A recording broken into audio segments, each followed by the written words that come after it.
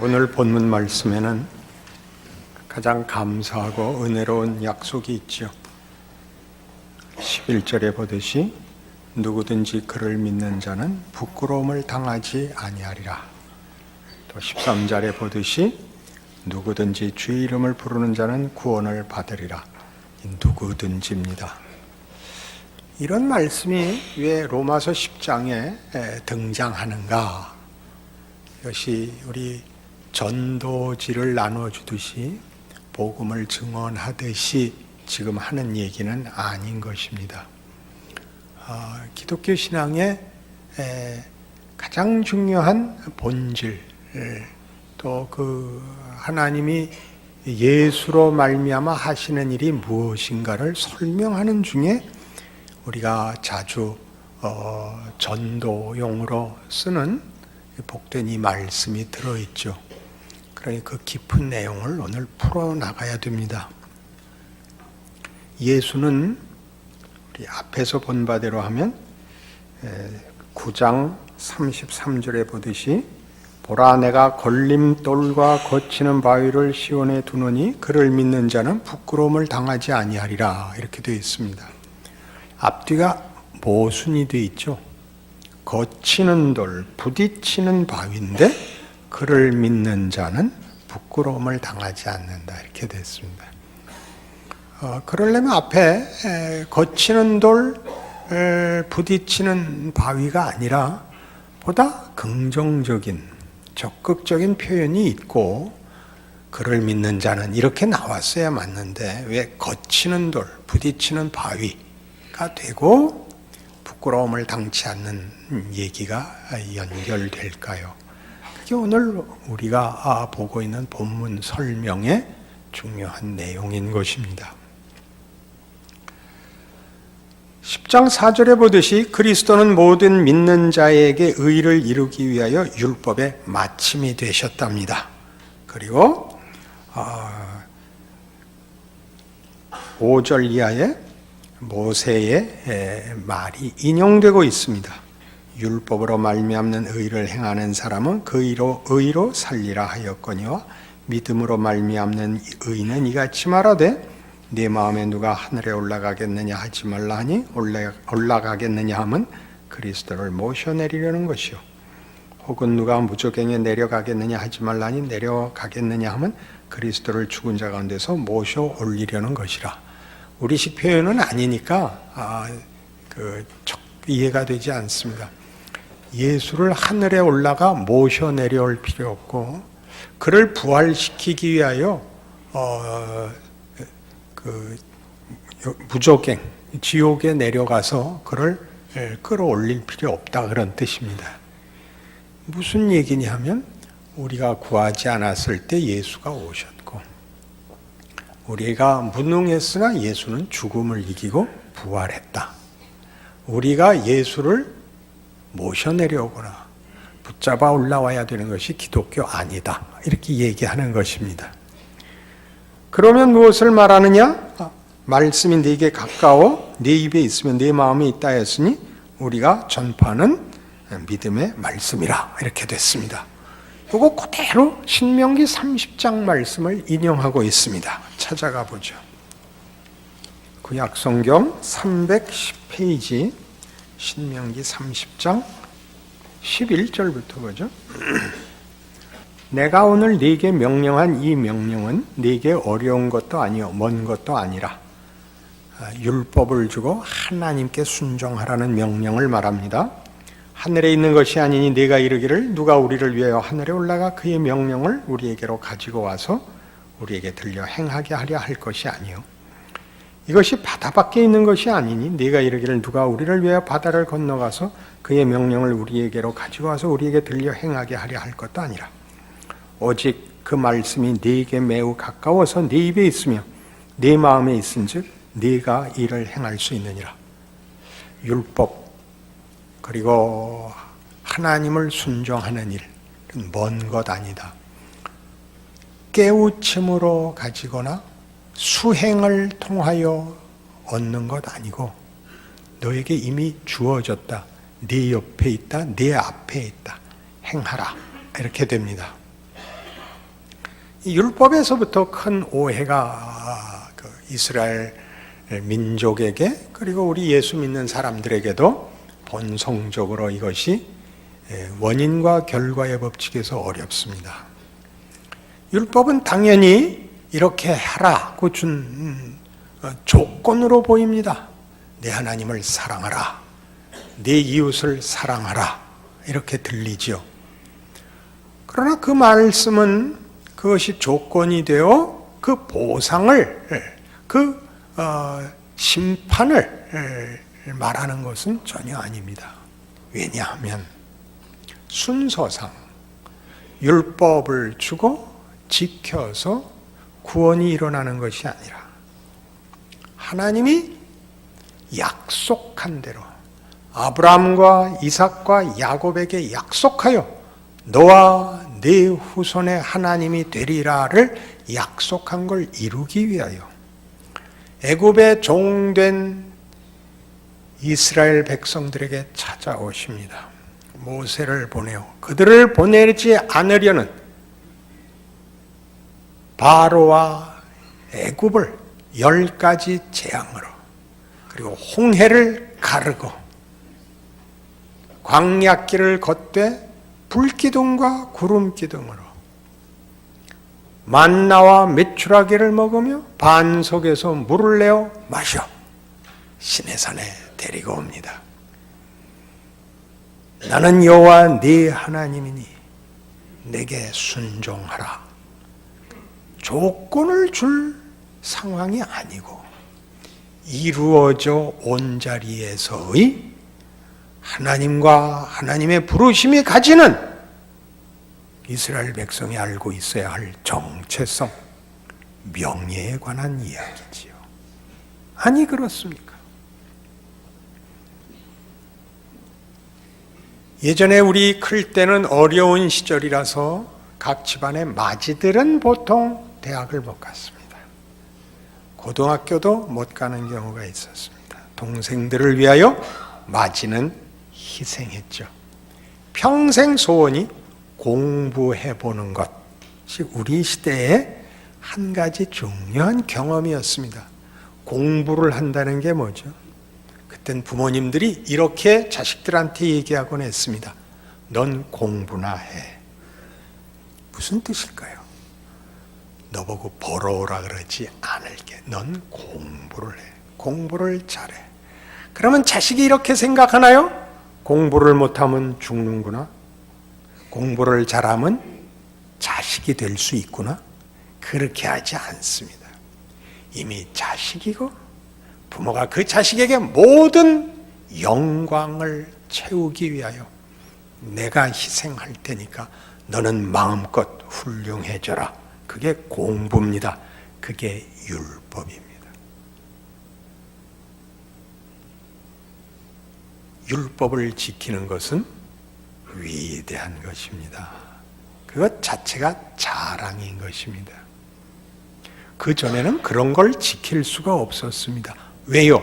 애굽에 종살이를 하고 있었기 때문에, 자유가 없기 때문에, 명예로운 인생, 명예로운 존재, 명예로운 윤리, 명예로운 어떤 내용도, 존재도, 삶도 만들 수가 없었습니다. 주어지죠. 그게 율법입니다. 신명기 30장이 하고 싶은 얘기는 뭐라고요? 율법이 내게 왔다. 그게 무슨 얘기인지를 알아라. 공부하자고 선생님이 오셨다. 무슨 얘기가 전제되어 있다고요? 껌팔러 나가지 않아도 되고, 공장에 일하러 가지 않아도 된다. 공부는 왜 시켜요? 훌륭해지라고 시킵니다. 원래 교육의 목적이고 교육의 자랑이죠. 훌륭해지라고. 그러나 다 실패합니다. 다 실패하죠. 율법에서 다 걸려 넘어졌는데, 그런 의미에서는 율법도 거치는 돌이었을 것입니다. 예수가 거치는 돌인 것은 어떤 가치와 어떤 덕목도 예수를 통과하지 않고 예수와 함께 하지 않고 있는 것은 거짓말이랍니다. 우리 자주 쓰는 이런 덕목들, 정의, 평화, 진리, 진심, 사랑, 그것이 예수와 함께 하지 않으면, 예수를 필요로 하지 않으면, 예수에게 담겨 있지 않으면 죽음을 통과할 수 없습니다. 장례식에 가서 가장 놀라운 사실은 그가 생전에 얼마나 굉장한 사람이었는가를 얘기하는 것은 그것은 다 푸념이라는 사실입니다. 슬픔을 완화시키기 위한 엄연한 현실을 외면하고픈 살아있는 자들의 공포입니다. 그렇게 얘기해서 피할 수 없는 죽음 앞에선 자기를 달래는 것입니다. 예수 믿는 사람들만 괜찮습니다. 천국 가 있습니다. 우리도 쫓아갈 겁니다. 가서 만났을 때 부끄럽지 않게 살다 가야 된다고 생각합니다. 예수 믿는 장례식에서만 일어나는 일입니다. 죽음을 통과하지 못합니다. 예수를 모르면, 예수가 없으면 그가 말하는 사랑이나 그가 말하는 애국이나 그가 말하는 어떤 대의나 그가 말하는 도덕이나 뭐나 다 거짓말입니다. 어떤 거짓말? 그렇게밖에는 자신을 달랠 다른 방법이 없어서 쩔쩔매는 비명에 불과한 것입니다. 그러니 예수께서 율법의 마침이 되었다는 것은 그 영광과 그 실체를 그가 이루셨죠. 순종으로, 십자가로, 어떤 명예, 어떤 영광을. 하나님은 예수 그리스도를 십자가에 매달아 죽이심으로 우리에 대한 자기의 사랑을 확증하시며 하나님은 그 예수를 통하여 영광을 받으십니다. 하나님의 영광은 어떤 영광이죠? 내어주는 영광, 사랑하여 희생하는 영광, 당신의 거룩하고 우리를 향한 복된 목적을 이루기 위하여 용서하는 영광, 율법의 마침이 되십니다. 예수를 믿는다는 말의 뜻을 아시겠습니까? 예수를 믿으면 손해를 봐야 되고 양보를 해야 되고 믿져야 되고 고통스럽다고요? 영광이라는 말은 하나도 모르시는 거죠. 콰이강의 달이라는 영화가 있었습니다. 그러니까 클래식을 모르면 기본적인 교양이 없으면 무슨 대화를 할 수가 없는 겁니다. 늘 싸우는 일. 거기 나오는 포로 수용소의 영국군 대령은 데이비드 니븐이 아니고 알렉 기네스입니다. 데이비드 니븐이 무슨 이유에서인지 우리나라에서는 더 유명했는데 80일간의 세계 일주에 나와서 그랬을 겁니다. 거기 나온 배우는 비슷하게 생겼으나 훨씬 더 연기력이 좋은 알렉 기네스라는 사람입니다. 일본군 사령관이 이 포로된 영국군들에게 콰이강의 다리를 놓기 위하여 장교들까지 일을 하라고 합니다. 장교들은 일 안 한다. 그러면 너 독방이다. 잡아 넣으려면 넣어라. 그래서 양철 지붕 박스에, 그 떼약볕에 양철 지붕 속에 독방에 갇히죠. 그리고 장교들과 사병들이 밖에 차렷 자세로 서 있습니다. 무슨 자존심 싸움을 하느냐 하면 힘으로 우리를 누르고 있지만 우리의 인격적 우월감과 자존심을 꺾을 수는 없다. 이 싸움을 하죠. 죽이려면 죽여라 이거. 그래서 기억으로는 하룻밤쯤 잡아놓다가 견디지 못하고 꺼내줍니다. 들어와서 이틀 밤이었나요? 예수님은 사흘 밤이었으니까 이 물을 마시우고 꺼내주는데 서 있을 힘이 없습니다. 부하들이 다 포로 수용소 마당에 서서 기다리고 있고 걸어 나오는데 부축을 하고 나오죠. 비켜. 너 혼자 걸을 거야. 비켜. 그리고 멋진 얼굴로 걸어 나오죠. 예수 믿는다는 게 뭔지 아셔야 돼요. 여러분이 하나 서서 모두에게, 믿는 자와 그렇지 않은 자 모두에게 위협하고 도전하는 현실 속에서 우리가 뭘 가지고 있는가? 죽음을 이길 힘을 갖고 있다는 것을. 모든 부끄러움과 모든 욕됨과 모든 고통 속에서 하나님이 그의 신실함과 그의 오래 참으심과 용서와 기적을 행하고 있다는 것을 아는 자로 걸어 나간다는 것은 굉장한 것이죠. 그러니 이 일은 신명기 30장에서는 이어서 이렇게 되어 있습니다.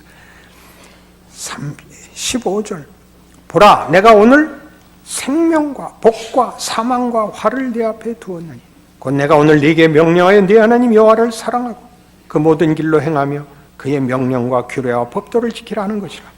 그리하면 네가 생존하며 번성할 것이요 또 네 하나님 여호와께서 네가 가서 차지할 땅에서 네게 복을 주실 것입니다. 생명과 복과 사망과 화를 우리 앞에 두고 있습니다. 그렇습니다. 우리는 죽음과 타협할 수 있습니다. 그게 쉽습니다. 또 내려가면 됩니다. 또 내려가면 됩니다. 그걸 에베소서 4장에서는 이렇게 얘기하죠. 신약으로 돌아오시면 에베소서 4장 17절에 이렇게 되어 있습니다. 그러므로 내가 이것을 말하며 주 안에서 증언하노니 이제부터 너희는 이방인이 그 마음에 허망한 것으로 행함같이 행하지 말라. 그들의 총명이 어두워지고 그들 가운데 있는 무지함과 그들의 마음이 굳어짐으로 말미암아 하나님의 생명에서 떠나 있도다. 그들이 감각 없는 자가 되어 자신을 방탕에 방임하여 모든 더러운 것을 욕심으로 행한다. 윤리적 구별을 하고 있지 않습니다. 가장 중요한 본질은 이겁니다. 허비된다. 허비된다. 그의 존재와 인생이 다만 낭비되고 소진되어 없어지고 마는 길을 걷고 있다. 그럽니다. 죽음이 뭐죠? 없어지는 것입니다. 썩어 없어지는 것입니다. 한때의 영광, 한때의 성공, 한때의 깨우침, 한때 어떤 자랑도 다 허비되고 낭비되고 소진되고 멸절되는 것을 사망이라고 합니다. 낭비되죠. 신자들은 다릅니다. 5장 18절을 가보세요. 같은 에베소 5장 18절. 술 취하지 말라. 이는 방탕한 것이니 오직 성령으로 충만함을 받으라. 허비되는 것과 채워지는 것. 생명이 없는 것은 썩어져 나갈 수밖에 없고 바래지고 소멸되지만 생명은 자랍니다. 자랍니다. 채워집니다. 에베소서 전체가 그 말을 하고 있는데 대표적인 데만 찾아보죠. 에베소서 1장은 이렇게 되어 있습니다. 에베소서 1장 3절부터 읽을 테니까 보세요. 거기 영광, 풍성, 부요, 충만 이런 단어들이 얼마나 자주 등장하는가 보십시오. 찬송하리로다. 하나님 곧 우리 주 예수 그리스도의 아버지께서 그리스도 안에서 하늘에 속한 모든 신령한 복을 우리에게 주시되 곧 창세전에 그리스도 안에서 우리를 택하사 우리로 사랑 안에서 그 앞에 거룩하고 흠이 없게 하시려고 그 기쁘신 뜻대로 우리를 예정하사 예수 그리스도로 말미암아 자기 아들들이 되게 하셨으니 이는 그가 사랑하시는 자 안에서 우리에게 거저 주시는 바 그의 은혜의 영광을 찬송하게 하려는 것이라. 우리는 그리스도 안에서 그의 은혜의 풍성함을 따라 그의 피로 말미암아 속량 곧 죄사함을 받았느니라. 이는 그가 모든 지혜와 총명을 우리에게 넘치게 하사 그 뜻의 비밀을 우리에게 알리신 것이요 그의 기뻐하심을 따라 그리스도 안에서 때가 찬 경륜을 위하여 예정하신 것이니 하늘에 있는 것이나 땅에 있는 것이 다 그리스도 안에서 통일되게 하려 하심이라. 모든 일을 그의 뜻의 결정대로 일하시는 이의 계획을 따라 우리가 예정을 입어 그 안에서 기업이 되었으니 이는 우리가 그리스도 안에서 전부터 바라던 그의 영광의 찬송이 되게 하려 하심이라. 그 안에서 너희도 진리의 말씀과 너희의 구원의 복음을 듣고 그 안에서 또한 믿어 약속의 성령으로 인치심을 받았으니 이는 우리 기업의 보증이 되사 그 얻으신 것을 속량하시고 그의 영광을 찬송하게 하려 하심이라. 이게 살아있는 자, 하나님의 생명 안에 있는 자에게 허락된 것들입니다. 영광이라고 얘기합니다. 3장 하나 더 보죠. 3장 14절. 이러므로 내가 하늘과 땅에 있는 각 족속에게 이름을 주신 아버지 앞에 무릎을 꿇고 비노니 그의 영광의 풍성함을 따라 그의 성령으로 말미암아 너희 속사람을 능력으로 강건하게 하시오며 믿음으로 말미암아 그리스도께서 너희 마음에 계시게 하시었고 너희가 사랑 가운데서 뿌리가 박히고 토가 굳어져서 능히 모든 성도와 함께 지식에 넘치는 그리스도의 사랑을 알고 그 너비와 길이와 높이와 깊이가 어떠함을 깨달아 하나님의 모든 충만하신 것으로 너희에게 충만하게 하시기를 구하노라. 살아있는 생명의 영광입니다. 생명으로 나가는 자와 사망으로 나가는 자를 구별하고 있습니다. 율법이 주어졌다는 게 무슨 뜻이었다고요? 너 공부해라, 그런 뜻이었다고요. 예수를 믿는다는 게 무슨 뜻이라고요? 새 생명을 살아라요. 우리 로마서 6장 4절에 있었어요. 확인하고 지나가요. 로마서 6장 4절. 그러므로 우리가 그의 죽으심과 합하여 세례를 받음으로 그와 함께 장사되었나니 이는 아버지의 영광으로 말미암아 그리스도를 죽은 자 가운데서 살리심과 같이 우리로 또한 새 생명 가운데서 행하게 하려 함이라. 우린 뭘 하느라고 이걸 놓칠까요? 윤리적 완벽을 구하다가 놓치고 있습니다. 나무가 자연의 아름다움과 풍성함을 뽐내지 않고 자꾸 직선인지 이등분이 맞는지 판단하고 무흠하고 완벽한 싸움을 하느라고 생명의 부요함을 모르고 있습니다. 공부하는 부요함을 모릅니다. 공부 잘못하면 구정도 듣고 매도 맞을지 모르지만 그건 죽이려고 보낸 것이 아닙니다. 죽이려고 보낸 것이 아닙니다. 이 모든 일이 율법에서 그러했듯이, 율법이 어쨌다고요? 신의 산에 와서 봤듯이 예수가 오시고 우리가 지금 믿고 있다고요. 일어난 일이라고요. 뭐가? 오늘 본문으로 와보세요.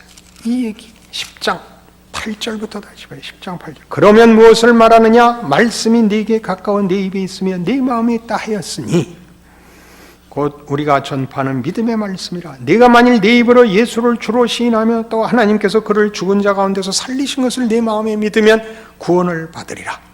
사람이 마음으로 믿어 의에 이르고 입으로 시인하여 구원에 이르느니라. 성경에 이르되 누구든지 그를 믿는 자는 부끄러움을 당하지 아니하리라. 이게 뭐예요? 지금 실현되어 있다. 지금 누릴 수 있는 것이다. 이미 오셨다. 이미 오셨다. 쫓아가서 어디 가서 찾아와야 될 것이 너한테 벌써 왔다. 우리 다 그 증인 아니에요. 예수를 믿잖아요. 오시면 믿기로 한 게 아니라 믿어 여기 나와 있죠. 믿어 나와 있어요.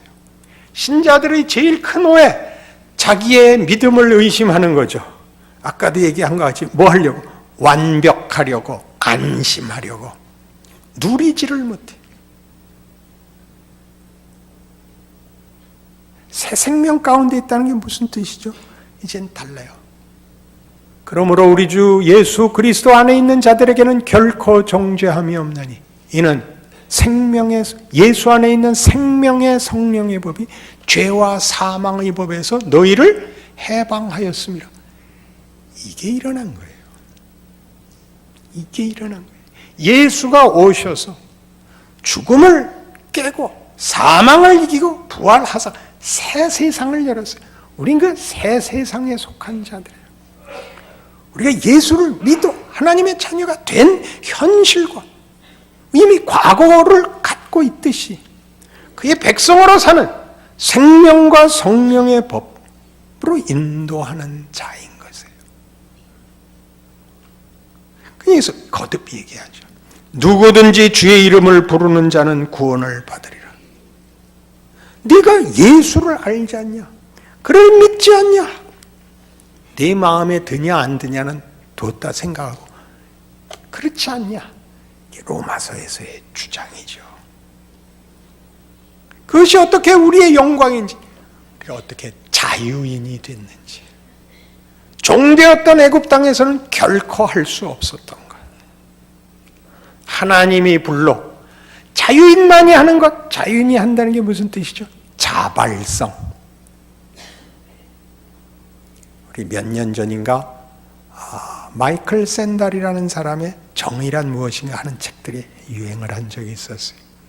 정의를 실현하려면 법이 공정하게 집행돼야 하더라. 그러나 법은 너무 부정적이고 소극적이어서 정의를 실현하는 데는 턱없이 모자라더라. 법을 이기적으로 얼마든지 쓸 수 있더라. 그럼 무엇이 있어야 되느냐? 도덕이 있어야 되더라. 왜 도덕은 시행이 어렵냐? 그건 자발성을 가져야 되기 때문이더라. 이렇게 됐습니다. 도덕은 자발성을 가져야 돼. 신자가 되어서 신앙생활을 한다는 건 이 자발성을 갖는 것인데, 자발성은 종은 가지지 못합니다. 선택의 기회가 있어야 됩니다.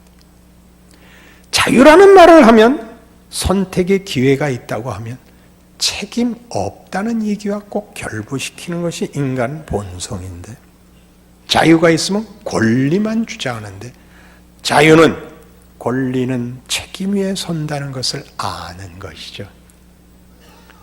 남의 밑에 종으로 있을 땐 기회 있으면 도망가서 쉬는 게 자유겠죠.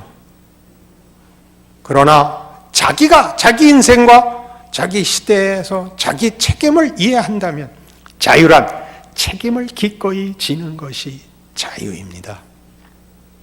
부모가 되는 것, 시민이 되는 것, 이웃이 되는 것, 그것은 다 권리로 작용하기 위해서는 책임이 있어야 됩니다. 그 책임을 스스로 지는 것이 명예라고 얘기합니다. 그것이 사랑이라고 얘기합니다.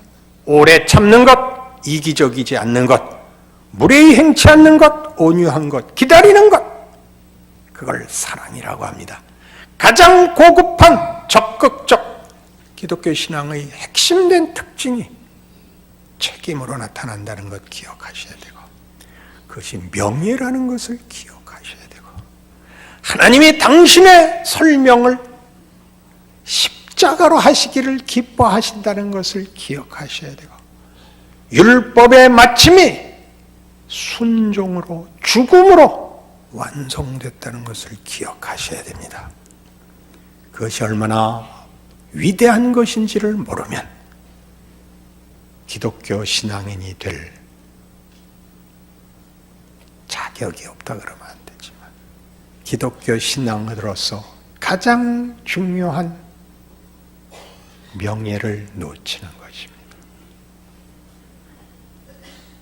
여러분이 신자가 되어 사는 동안에 가지는 모든 억울함들은 따지고 보면 기독교 신앙과 정면으로 충돌하는 것이었을 것입니다. 시온에 거치는 돌에 부딪히셨을 것입니다. 그를 믿는다는 것이 무엇인지를 깨우치시는, 그래서 늠름하게 살 수 있는 신앙인이 되시고 신앙 생활이 되어 이 세상 앞에 여러분들이 가진 빛과 소금의 역할을 책임과 자랑으로 누리시기를 바랍니다. 기도하십시다. 하나님 아버지 은혜를 감사합니다. 우리는 드디어 명예로워졌습니다.